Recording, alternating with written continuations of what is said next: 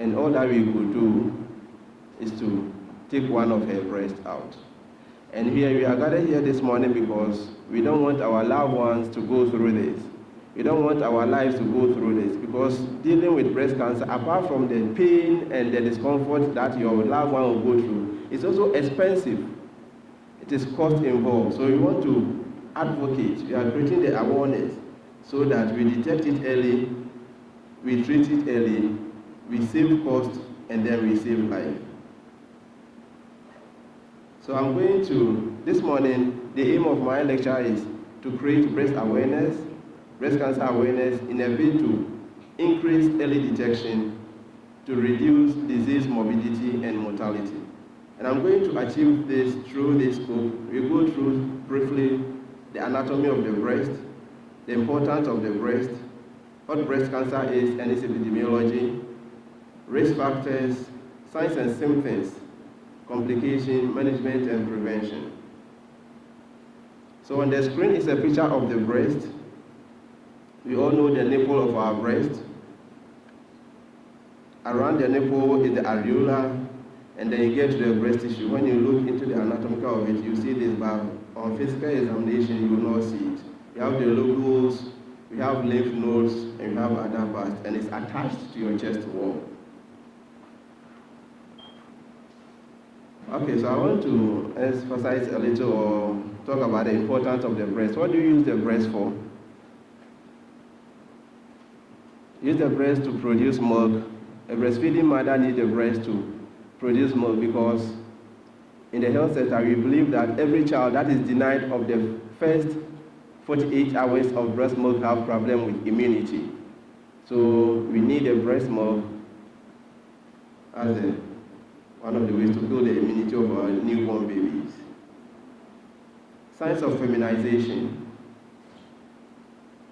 It adds more value to our beautiful ones, to our dear ones. It attracts. And also for cosmetic purposes. It also draws attention.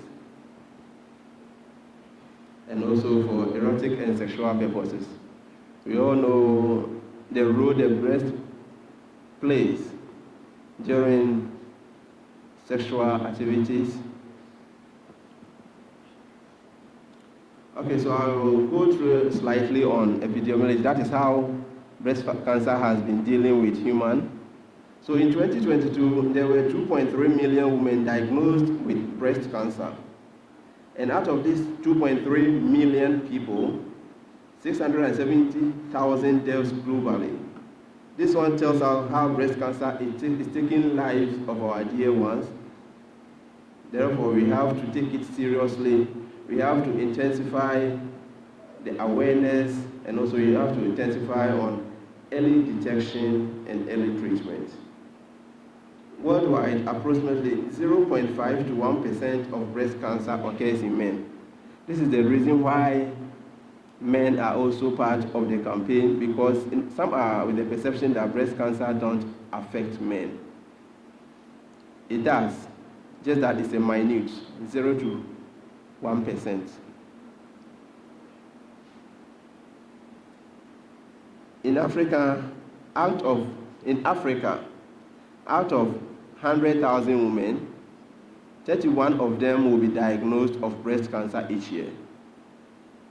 In Africa, out of 100,000 women, 31 of them will be diagnosed of breast cancer each year. And out of the 31 women, 22 of them will lose their lives from the disease. Out of 31, 22, which is more than 50%, will lose their life. And the prevalence rate of breast cancer increases. Breast cancer cases in the Gambia is about 11.5% per 100,000 persons. So I want to go into the risk factors. What are some of the things that expose us or that increase your risk of developing breast cancer? The number one risk factor is if you are a woman, if you're a lady, if you are a girl. The moment you fall under the gender of female, it's a risk. The second point is inherited genetic mutation. When you go down to the basic functional unit of our system called cell, there's something in it called genes. Genes are things that produce the things the body needs, the various proteins. I'll not go down there, but I know that what I know, there's something called genes. And when there is a change in these genes, you are going to lose control of its production, and it's going to overproduce without it being under control.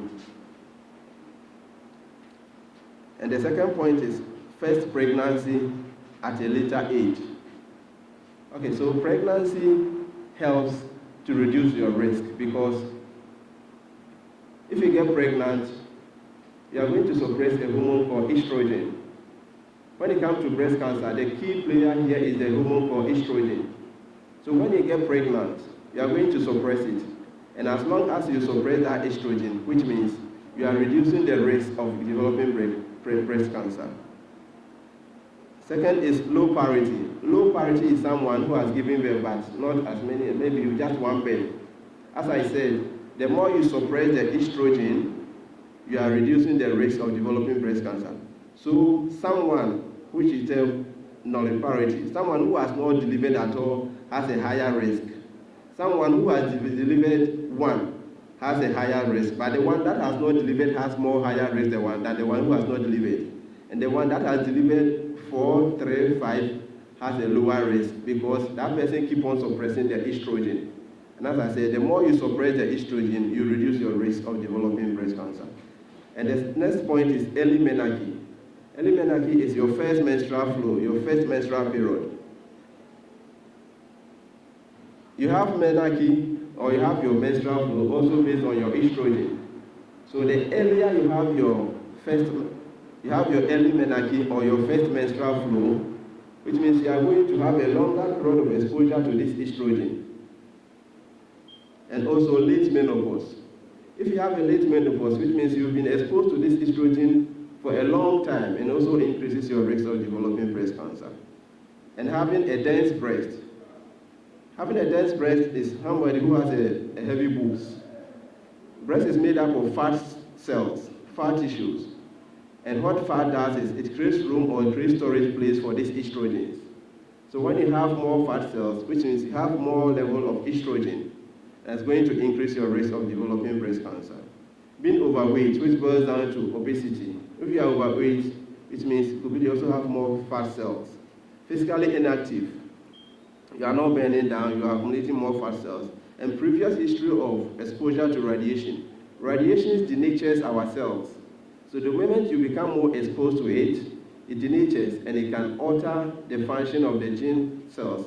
The gene cells are the tumor suppressing cells. The moment you denature them, it's going to lose its function. And you are not going to control it again. And taking alcohol also increases your risk. So what are the signs and symptoms one looks for?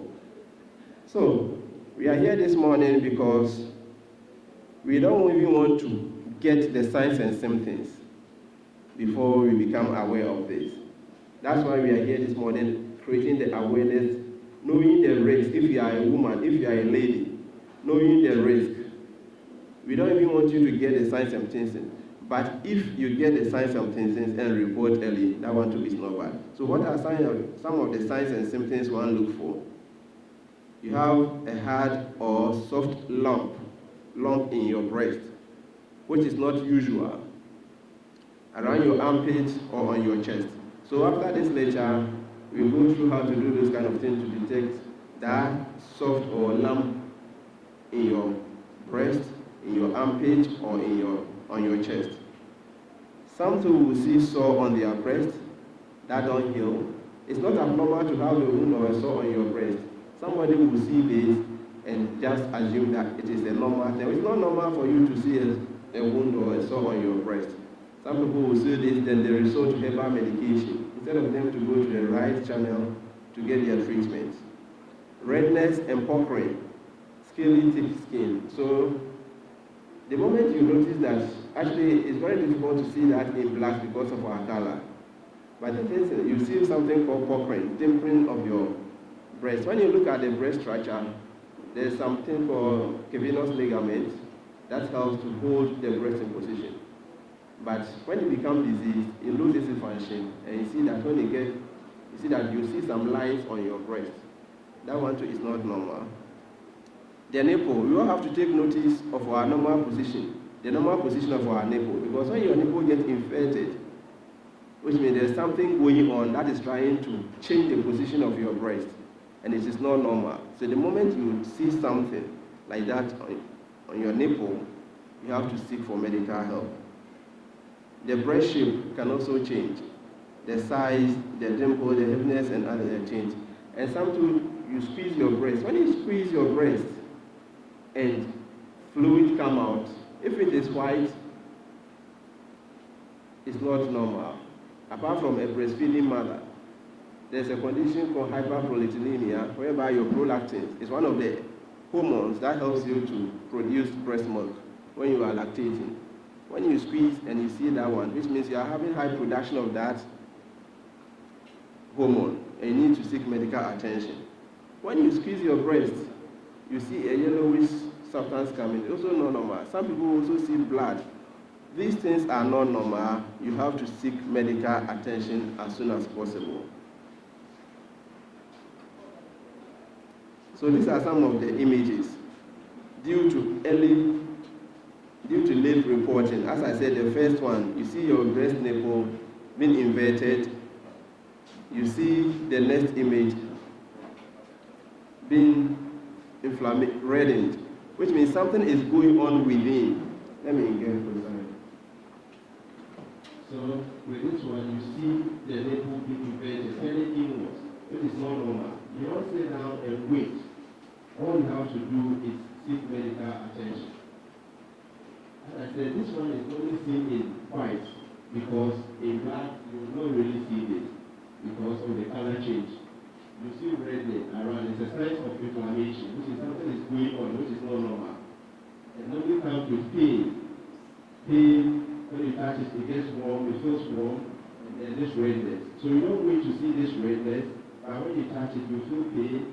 When you touch it at all, it feels like that place feels more hot than the other part of your body. It tells you that there's something going on in your breast that you need to seek medical attention. When you express the nipple, you squeeze it, you see some fluid. You don't want to get here. Okay, please. That's why we are here this morning. So this is somebody who reported very late because that person went to a different place whereby she was told you can use herbal medication. This is not scientifically proven. If you come at this stage, do you think you're going to end well? It will not end well because look, you have gone beyond the borders of the breast. Thank you.